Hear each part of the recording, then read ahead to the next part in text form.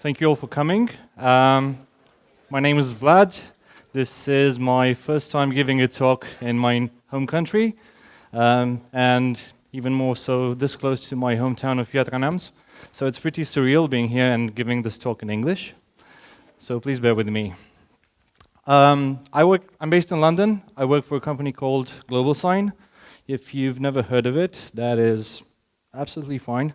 Bear with me just one sec to turn my clicker on. No pressure. So GLOBALSIGN is one of those companies that fly low under the radar that nobody's heard of, but everyone uses on a daily basis. So on average, 1 of 4 outbound HTTP requests, your mobile devices and your web browsers would hit one of our services. Every time you connect to a website that has some sense of security, that website would present you with an SSL certificate that is issued by a company like ours. And every time you do that, then your browser transparently would call us to inquire about the authenticity and the validity of that certificate. Which goes to show how critical that service is. So if a page loads fast, but we offer a slow service, you would definitely notice that. There are some tricks that people use to avoid having that second round trip to our systems. That trick is called OCSP stapling. Most people don't bother enabling that on their system, so we still get a few good several billion hits a day from about a quarter of the web. If you use such websites as Wikipedia, or if you use Office 365, or you play Xbox games online, you are using our service all the time without even knowing. So we have ways to optimize that service. As you can imagine, some websites are very visible, others less so. So you have maybe a few thousand that are very hot. So we optimize that by serving that OCSP response from a content distribution network. And then there's that huge tail of lesser known websites for which we get all the traffic directly because of CDN cache misses. However, the market we're in has been shrinking for a while. There are things like Let's Encrypt Now, which have commoditized web PKI, and we think that's a good thing. So we're looking into moving into a new place, and that is the Internet of Things. For most people, that is a buzzword, but where we look to go to is the industrial IoT. Industries such as oil and gas, telemedicine, automotive. So all of these are mission-critical systems where each device needs to have a strong identity so that in case it gets stolen, lost, or hacked into, you need to isolate it from the rest of the system. However, in building that, we have had to come up with a completely new platform that could withstand the full load of such an environment where you don't have a few famous devices and a long tail of less famous devices. So we know ahead of time that for this new platform, we were not going to benefit as much from having a CDN in front of our services. So we've had to build a platform that is geographically distributed and can handle all of that load. A little bit about me. I've been in the industry for 18 years, I think. I started working as a systems and network engineer, and then this was in the early 2000s. At the time, which I'm sure many of you remember, things were not as commoditized as they are today, so this folds nicely into Yegor's point. You had to build everything yourself, so there was a lot of frustration with how many of these things that were available at the time worked. So I decided to move into software engineering so that I could build better things than the one that were available to me at the time. And then combining those disciplines, being both the supplier of engineering management tools and the consumer, I put on an architect hat before eventually transitioning into leadership and management. I've been with GLOBALSIGN since 2014, and as I joined in, I was the first technical hire in the West. GLOBALSIGN is headquartered in Tokyo. we have large engineering presence in Japan and Singapore, and my remit was an interesting blend of challenges. The first one was to build a new technology hub in the UK. The second one was to build this platform that I've just mentioned that would serve as the foundation for the entire business of GLOBALSIGN for the next 10 to 15 years. And the third part of that remit was to ultimately blend all of the existing engineering teams and make them work as one. So to do that, I have had to optimize the talent attraction process to the best of my abilities, and I ran a bit of a personal experiment, taking note of every good team I've ever been part of, taking all the good bits that I've learned from those teams and trying my best to avoid all the bad bits that I've seen. Of course, I made some new mistakes while trying hard to avoid the old ones. So in this talk, I'm going to describe my current approach to building teams, to finding talent. Yegor was also talking about talent, and I think talent means different things to different people. To me, it all boils down to that innate curiosity that we have as children in knowing how things work. I think we've all taken our toys apart as children without ever putting them back together. Later on, in early adolescence, we started building our own toys, even though by current standards, they were all pretty hazardous. And that has led us to understand first principles. It's a very good trampoline for learning how things generally work and recognizing different types of problems and just knowing by analogy what type of solution would apply to each. I also think the very early passion for computers is a very important asset to have in our trade. I rarely find someone who's waited until they turn 25 or 30 and then decided to move into engineering. This, for most of us, I think I can speak in the name of everyone in the audience, this starts very early on. So with those things in mind, we put together this ideal candidate profile, and this is actually part of the job spec that we push out. I'm sorry for the fine print. This is about half of that job spec. The other half describes what we built. But if you look closely, you will notice that apart from mentioning that our platform is built in Go, we don't really say anything or ask for anything in terms of tools, technologies, but we rather center our talent attraction process around approaches, around thought processes.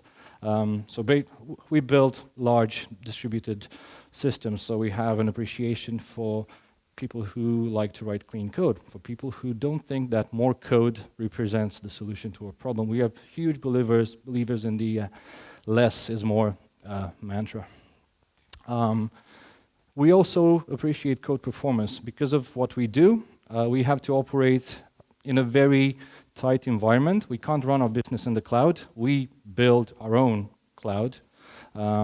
Because if we get hacked, then a quarter of the internet roughly gets hacked. So when you submit your yearly hardware budgets, you need to basically know ahead of time what you're speccing that out for. And we also appreciate people who have a knack for refining the way they work. People who try to be better today than they were tomorrow and use that throughout their career. Perfectionists, in other words. So from that, what we eventually get from the recruiters and other partners we work to attract talent is something like this. Is that familiar to any of you? So there's definitely an impedance mismatch. We obviously operate in different planes. We ask for approaches and concepts, and we are then served a set of tools which don't tell us anything about how people's minds work. So how do we try to solve that? We network a lot. Maybe not as much as we should, because we have been building the team from scratch and the platform from scratch, so we put our heads down and did most of the work, but we're doing that now. So meetups, conferences, and hackathons are a fantastic instrument to attract talent. In a city like yours, you can have a hackathon or a meetup on a weekly basis, and it's a small place. People get to know each other, and they learn more about how every company works, what every company does, if there are products, what they do, the target market, and so on. So if you're a person looking for a job, you can befriend someone, socialize, and pretty much find out everything there is to know about the company that they work for, and you don't have to go through that additional layer. But as I said, all of this takes time. So you might have to still use recruitment companies, or either internal recruiters or external. So the best you can do is to educate yourself and them in where they might find talent that is compatible with your business.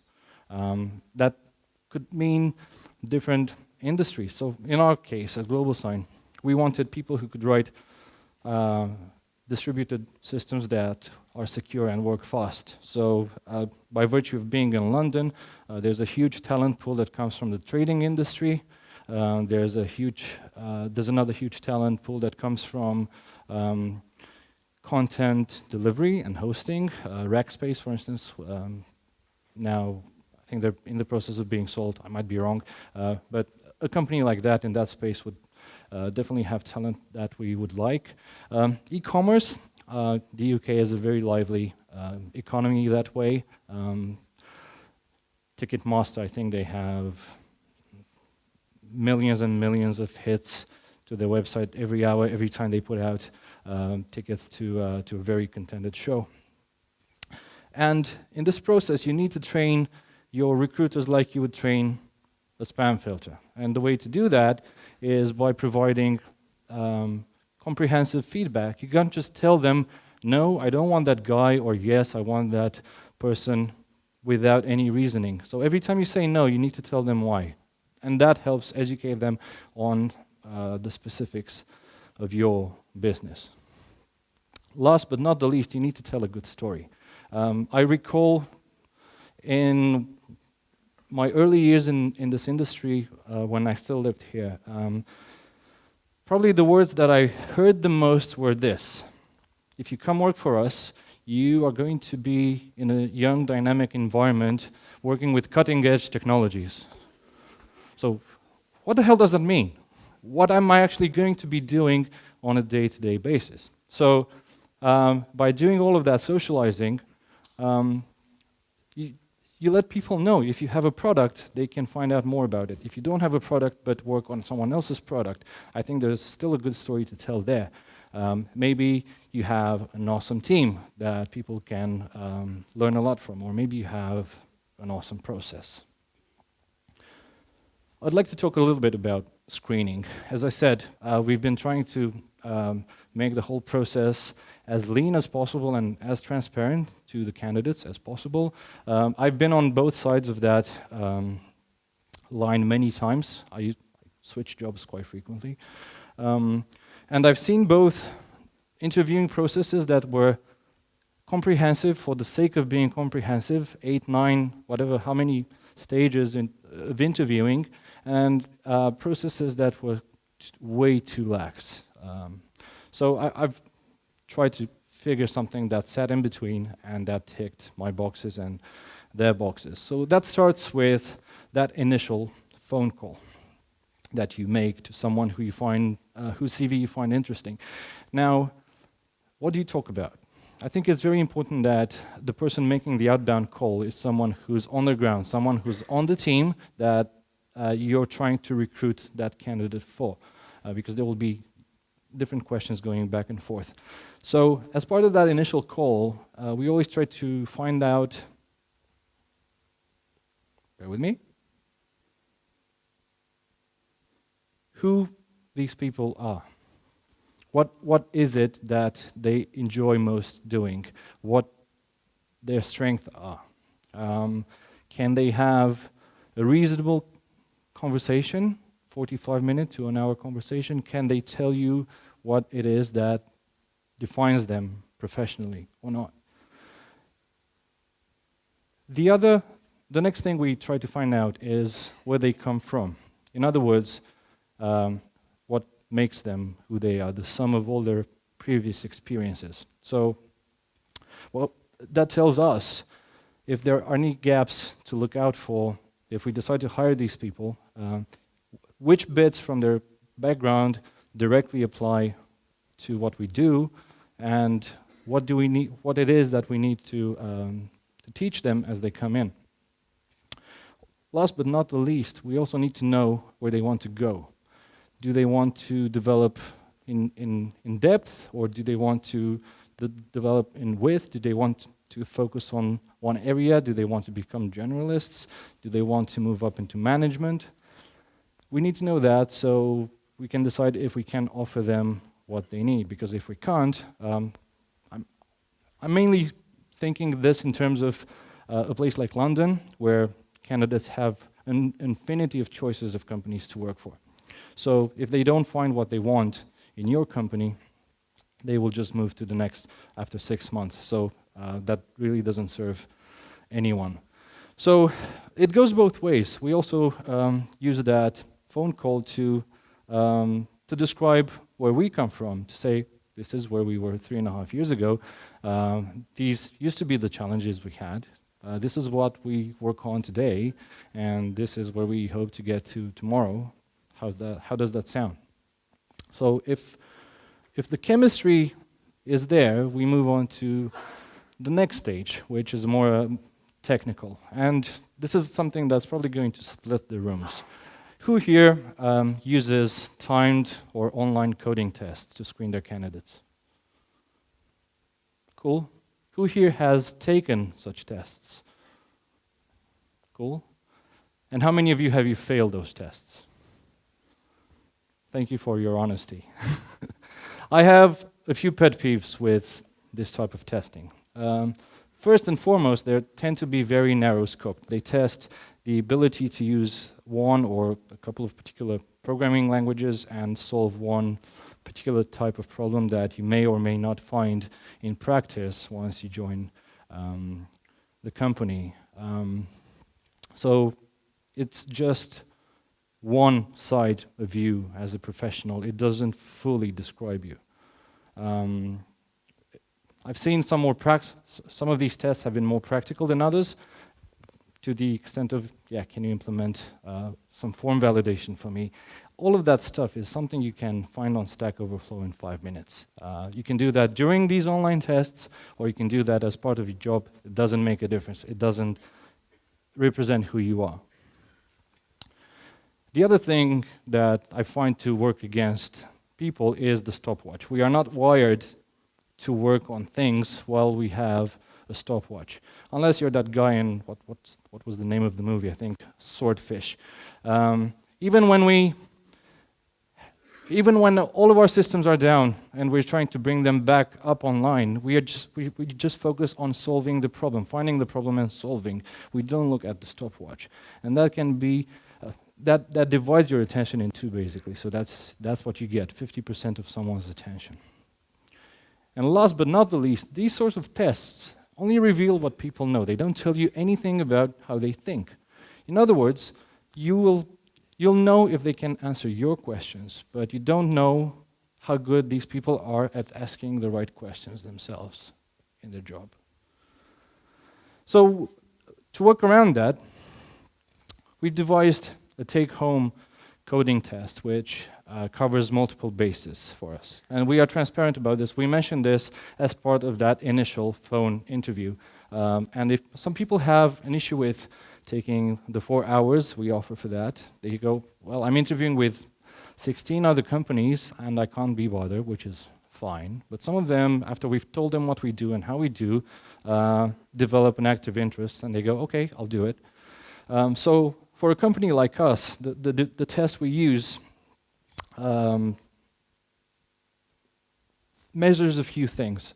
Because operate such a critical service that has so much load on it and operates on limited physical infrastructure, we do care about how good you are with data structures and algorithms, because unlike most jobs, you get to use that on a daily basis. We also operate fairly closely to the hardware level. So we are a Unix shop, so there's some POSIX knowledge testing there. Can you work with files, for instance?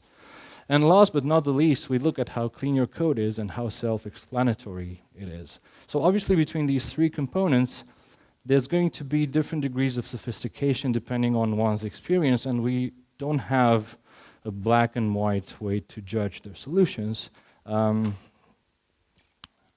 Sorry, I think, yeah, I should have flipped some slides. So we just apply common sense to that. We also encourage people to do some research ahead of time before they sit down and spend those 4 hours writing the code. There's a lot of, we all have brilliant ideas in the shower or while riding to work. So when we think of a problem, it's in the back of our heads, and so is this. We actively advise them to take some time, not do anything, just sit, just think about it before sitting down and writing any code for that. We also mix in a few trade-offs. Because of those three components, three vectors that we follow, we devised the solution to the test to not have a perfect solution. It can asymptotically go towards perfection, but it's never going to be there. And how people decide which trade-offs work best for them also tells us about how they think. Some of them might be a lot smarter when it comes to data structures and algorithms. Some of them might be a lot smarter when it comes to, well, experience, not smarter, when it comes to working with operating system internals and so on. So by the time they solve that and they're ready for the next phase of the screening process, we have a much better understanding of how they think. So for the final interview, we've also refined the process a bit. I've been in many of these myself, where I was sat down and someone had a clipboard with questions. It felt very prescriptive, and a lot of those times, the list of questions was not very relevant to the job itself, and even more often, it was not very relevant to my background. So we've done away with that. We just start in the people's comfort zone. We just go through things they've built, teams they've been part of. That's where we start, and that's their comfort zone. That gets people to open up and tell you more. They feel excited, they feel proud. And then you can slowly drift away out of the comfort zone, asking, well, you've done that. Well, what if you changed that implementation to this other thing? What do you think the outcome would have been? So that creates enough fodder for several hours of conversation if you're so inclined.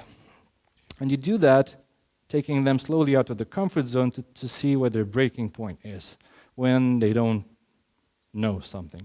And how people react to that would tell you what sort of personality they have. This is the Dunning-Kruger curve. The Dunning-Kruger syndrome basically says that the more you know, the more you know you don't know, and the less confident you can become, as opposed to knowing this much and thinking that is the world and having a false sense of confidence. Our personal preference is to take people who are on this side and we work with them on building their confidence. It's much easier to shake someone's confidence, false confidence, and do some damage. There's something to keep in mind though. There's something called the imposter syndrome, and it's very specific to people here. They're good at what they do, and they assume everyone else is good at that because they find what they do fairly easy to do. So they have a hard time internalizing their accomplishments, and they would simply not even put those on their CVs. So you need to just let them be, let them talk, and find out about that. So when people don't know the answer to your question, someone here might say, I don't know the answer to that question, but let me think for a second, and I'll work my way towards the solution. While someone here, we've had this, by the way, would either say, I don't know, and that's where they stop, or this is a stupid problem, nobody has it. It doesn't exist. We've had that. So, yeah. Well, I'd also like to talk a bit about teams. So you've taken someone through the whole process, through the phone screening and through the on-site process, and they've aced it. And you make them an offer and they join your team.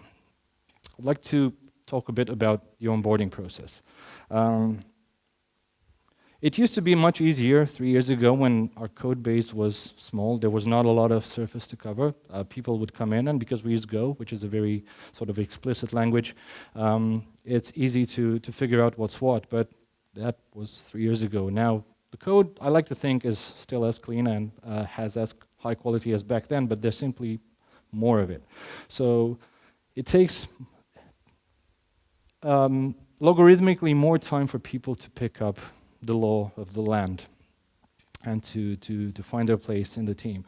And as part of that onboarding process, we think making mistakes is a very valuable tool. I don't know how you work, but my parents have always told me you should learn from our mistakes, and I said, yeah. But I don't remember their mistakes. I've learned nothing from their mistakes. I only remember my own. So it's very good to give these people the time and space to make these mistakes and fail in a controlled fashion. So to do that, we use something very simple. We have this effectively never-ending sprint that we just park all those low priority but wide reach items, bugs, or features that we can live without for these people to pick up as part of their onboarding process. And that gives them a very good way of navigating the entire platform code base, and that prevents another thing from happening. I call that the holy contraption. The holy contraption is basically something that you found in your new job. It was written by a guy who's not with the company anymore, or still is, but is very territorial and won't allow anyone to touch it.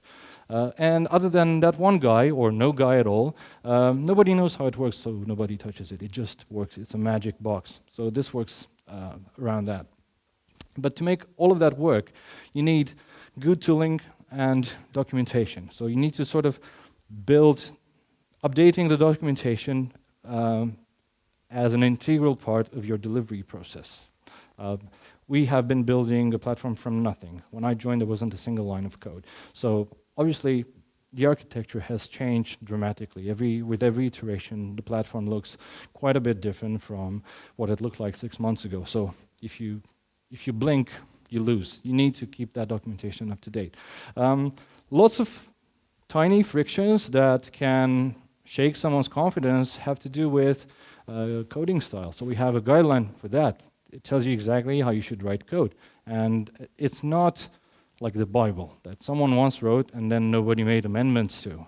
If you can argue that there's a better way to do anything specific, you're more than welcome to suggest that, and it goes into the coding guidelines. So what that tends to do is eliminate the frictions around everyone's initial pull request. Oh, you should have had a new line here, or you need to do the forward declaration there. That just works.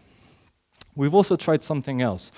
Usually when you have a newcomer join the team, especially if they're more junior, you would pair them up with someone who's more senior and has seen and done more things. But we've had situations when people who were roughly at the same level of experience joined at the same time.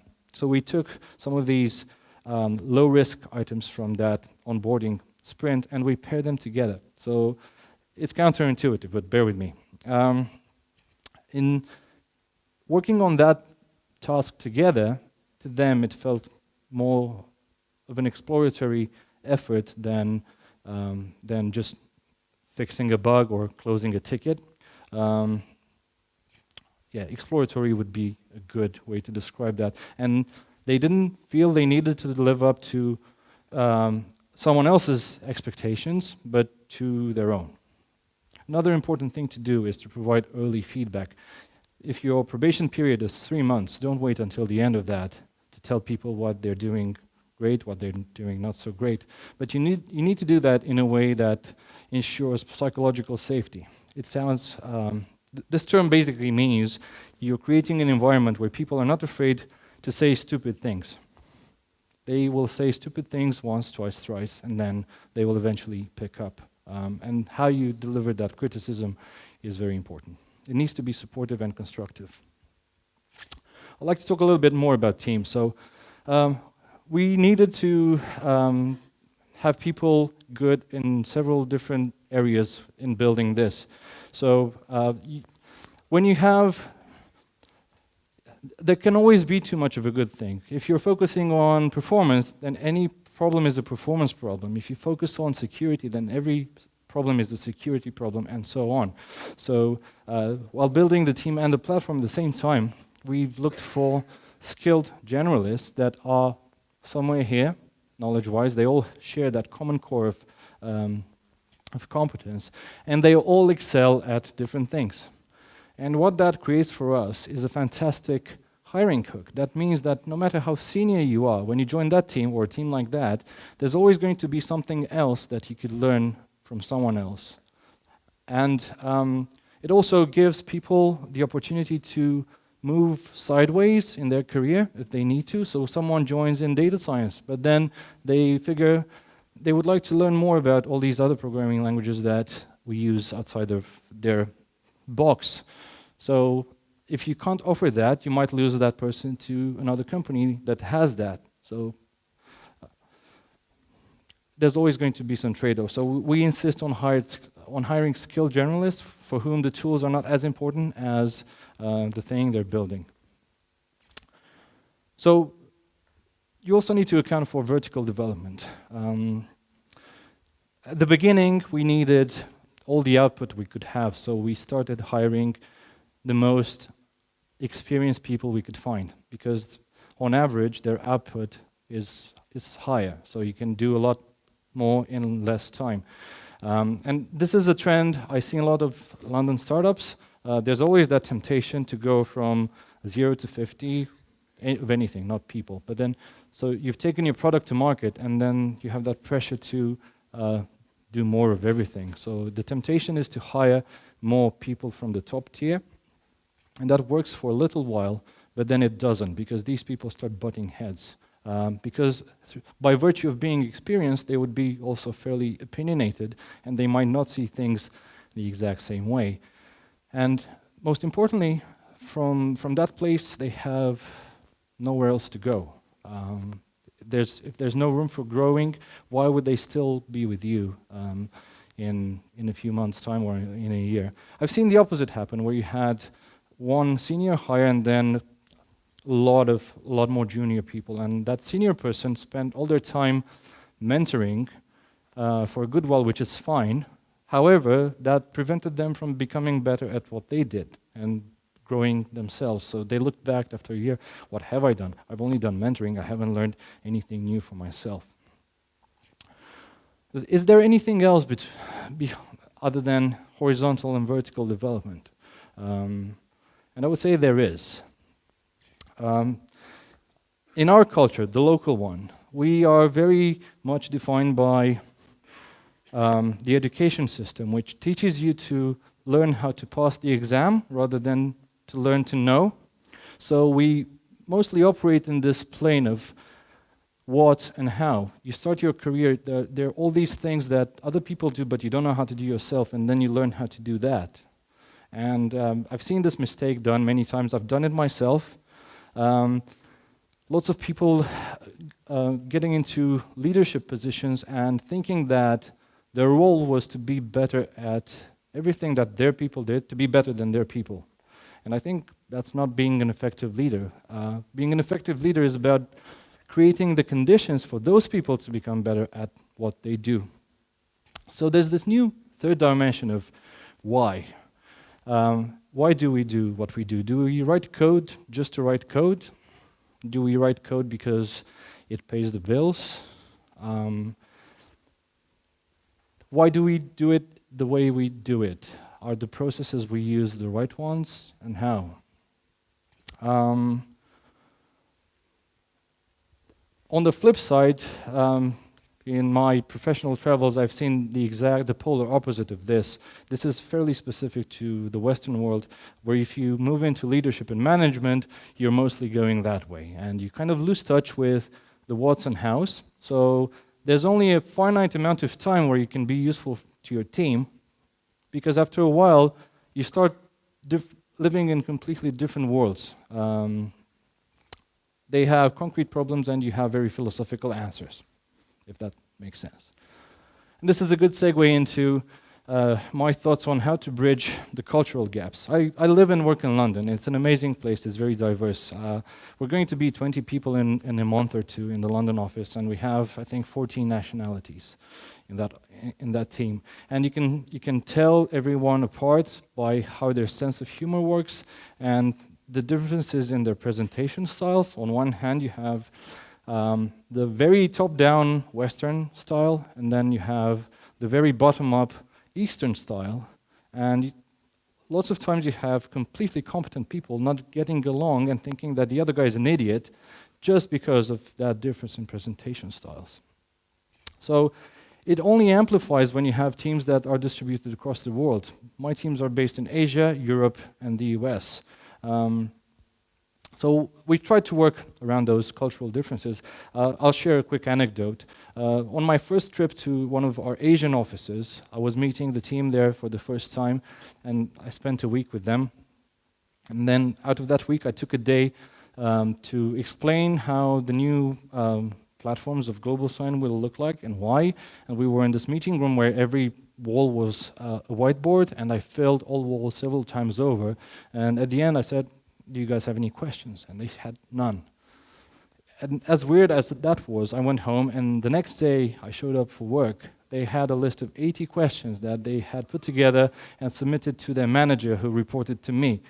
And the rationale for that was not being confrontational. In that culture, asking your superiors any question at all, it pretty much amounts to insubordination. So I said, "Guys, I'm only here for the week. We've just wasted a day. If I don't know something, I'll tell you.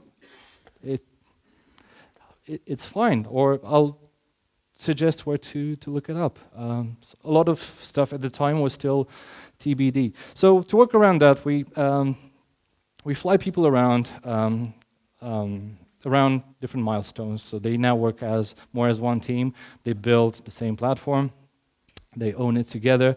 So we have major rollouts. We would fly someone into another office for a week to work with the guys there. And that tends to flatten those differences a lot. Some companies with a lot deeper pockets than us can offer their employees permanent relocation. So there are companies with offices all throughout Europe who offer you the opportunity to work in the city for a year, work in another city, another country for another year, and so on. So it's not for everybody, but if you're single, if you're in your 20s, and the sky's the limit, why not? You only get better by traveling and having new experiences.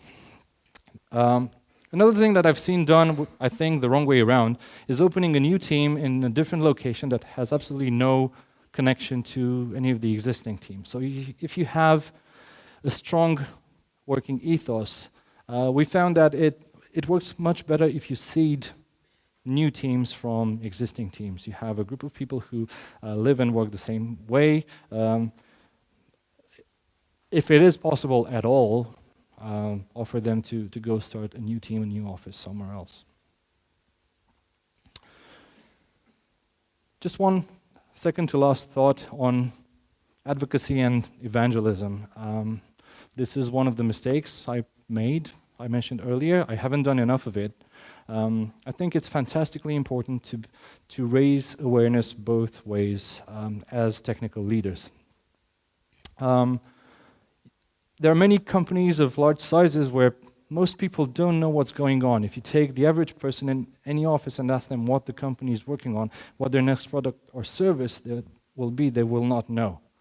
So you can work around that by sending periodic engineering reports. And in those reports, you just say, look, this is what we've worked on this quarter, and these are the people who made that happen. Name names. Otherwise, those heroes will be forever unsung.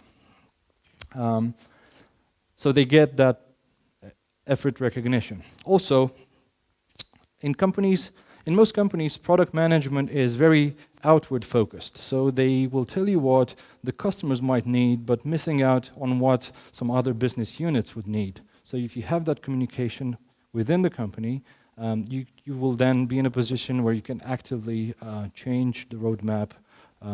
We have a few good examples internally. I'm happy to develop on that after the talk. Externally as well, your company should have a technical blog. Everyone here does cool things, and everybody solves hard problems day in and day out. And because of that imposter syndrome that I mentioned earlier, we don't realize the extent of our work.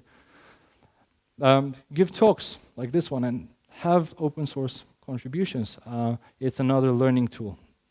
And that helps you with talent attraction. If people see that your company does a lot in that space, they go, oh, I'd like to do some of that. I'd like to be part of that. So they send you their CV, not someone else. You also help improve the brand. A lot of very rich companies tout themselves as being engineering first.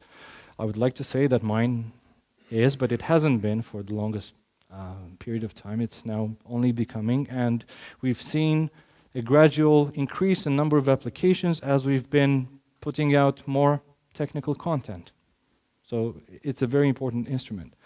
And you can also do bottom-up business development. You go to a conference, you tell someone who you've just met about the product or about the thing that you're working on, and they go, hang on a second, I could use some of that. So you shave off lots of cycles that are normally done through market research, and that feedback loop can be very long. You go to a market research company like Gartner, and they will tell you what the market wanted last year, not what the market wants this year or what the market might want next year. So you just create that relationship.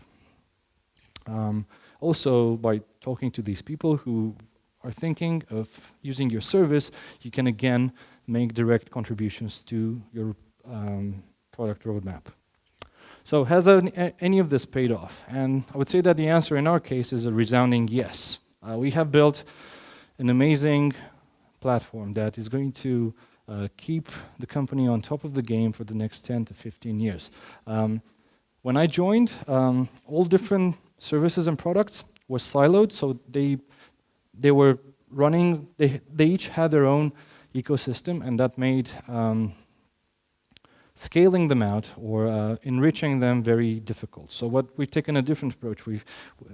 We built a generic platform that can serve as the foundation for something else. So in our case, we're now digging deep into the digital signatures space where you still need identity certificates, and we effectively become a notary. So next time you're going to have to get a mortgage or a lease on a car or a tenancy contract if you rent a place, you will not have to sign papers and send them back and forth. It will be not just electronically signed, like with a stencil, but also digitally signed, and there will be no repudiation and so on. So service convergence is underway, and unlike a few years back, everyone across the globe in our company feels that they own that together. It's not just one team anymore. It's not several teams anymore. It's just one team working and owning and building the same thing. The talent retention has improved dramatically. The turnover was quite high before my time, and this is something I like to brag about, but I'm still scared of it. In London, in the London office, we are seeing a statistical anomaly.